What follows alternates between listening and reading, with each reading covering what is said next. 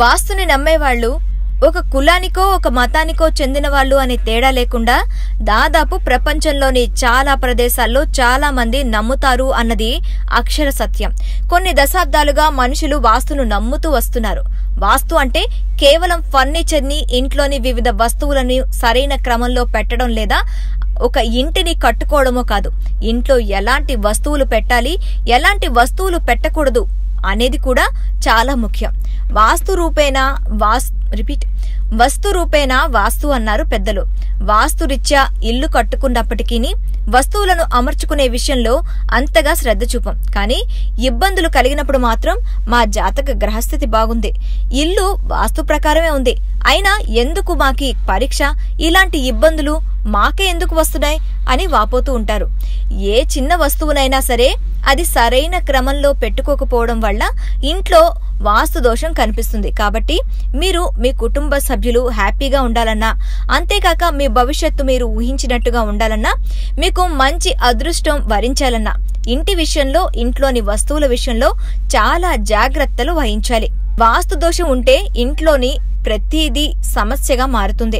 అవి ఆర్థిక పరమైనవి కావచ్చు, పెళ్లి సంబంధాలు కావచ్చు, భార్యాభర్తల మధ్య అన్యోన్యత కావచ్చు, అదృష్ట విషయం కావచ్చు, సంపద కావచ్చు. ఇలా ఒక్క విషయం కాదు, ప్రతి విషయంలోనూ సమస్యలు వస్తూ ఉంటాయి. కాబట్టి మీ ఇంటికి గాని మీకు గాని నెగటివిటీని, దురదృష్టాన్ని తీసుకొచ్చే కొన్ని వస్తువులను ఇంట్లో కానీ ఇంటి ఆవరణలో కానీ ఎట్టి పరిస్థితుల్లో పెట్టుకోకూడదు.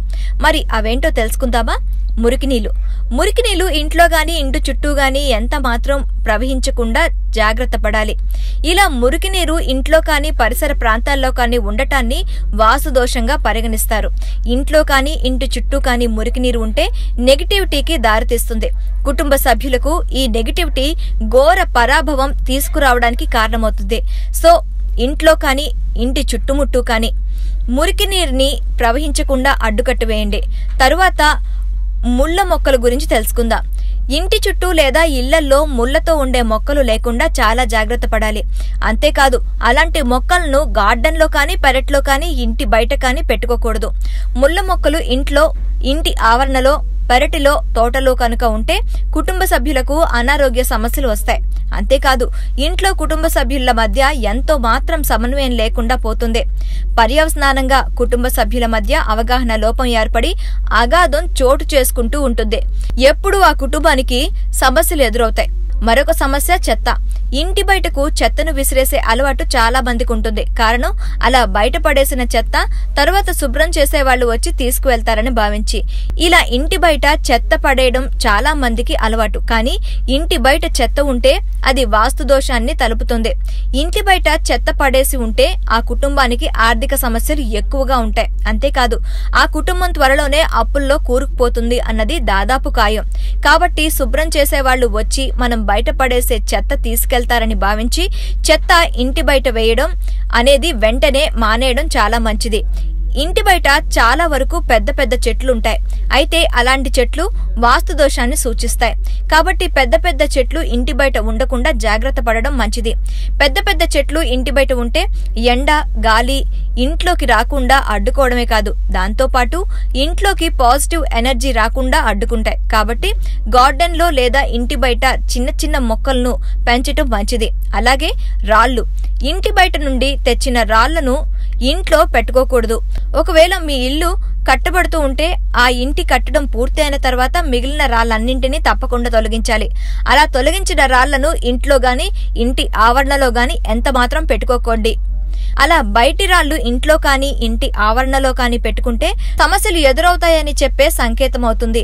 ఆ కుటుంబం విజయం సాధించే మార్గంలో చాలా పెద్ద సమస్యలు ఎదురవుతున్నాయని తెలుస్తోంది. నెక్స్ట్, కొమ్మలు. మీ ఇంట్లోకి పెద్ద పెద్ద కొమ్మలు లేదా తీగలు వస్తున్నాయా? అయితే అవి ఎంత మాత్రం ఇంట్లోకి కొమ్మలు రాకుండా తగిన చర్యలు తీసుకోండి. ఈ మొక్కలు వాస్తు ప్రకారం చాలా చెడు ప్రభావాన్ని చూపుతాయి. సో ఇంట్లోకి వచ్చేట్టు మొక్కలు నాటుకోకూడదు. తీగలు కూడా ఇంట్లోకి పాకేలా ఉండకూడదు. అలా ఇంట్లోకి మొక్కలు కానీ పాకే తీగలు కానీ వస్తే శత్రువుల సంఖ్య పెరుగుతుందట. దీనివల్ల మిమ్మల్ని మీరు సమస్యలో పడేసుకున్నవారన్నమాట. వాస్తు ప్రకారం ప్రధాన ద్వారం ఎప్పుడు ఇంటికి ముందు ఉండే రోడ్డు కంటే తగ్గులో ఉండకూడదు. ఒకవేళ మెయిన్ డోర్ కంటే రోడ్డు ఎత్తుపై ఉంటే వాస్తు ప్రకారం ఎంత మాత్రం మంచిది కాదు. అలా ఉంటే మీ జీవితంలో చాలా కష్టాలు చవిచూడాల్సి వస్తుంది. పాలు వచ్చే మొక్కలు ఇంట్లో ఉండడం వాస్తుకు విరుద్ధం. జిల్లేడు వంటి మొక్కలు ఇంట్లో ఉండకూడదు. కాబట్టి అలాంటి మొక్కలు ఇంట్లో ఉండకుండా జాగ్రత్త పడాలి. అలాంటి చెట్లు ఇంట్లో ఉంటే వాస్తు దోషమే కాకుండా ఆ మొక్కలు పాలు విషపూరితంగా ఉంటాయి. కాబట్టి ఇంట్లో పిల్లలు వాటిని పొరపాటున తీసుకున్నారంటే జరిగే అనర్థాన్ని ఊహించలేం. కాబట్టి అలాంటి మొక్కలు ఇంట్లో లేకుండా జాగ్రత్త పడండి.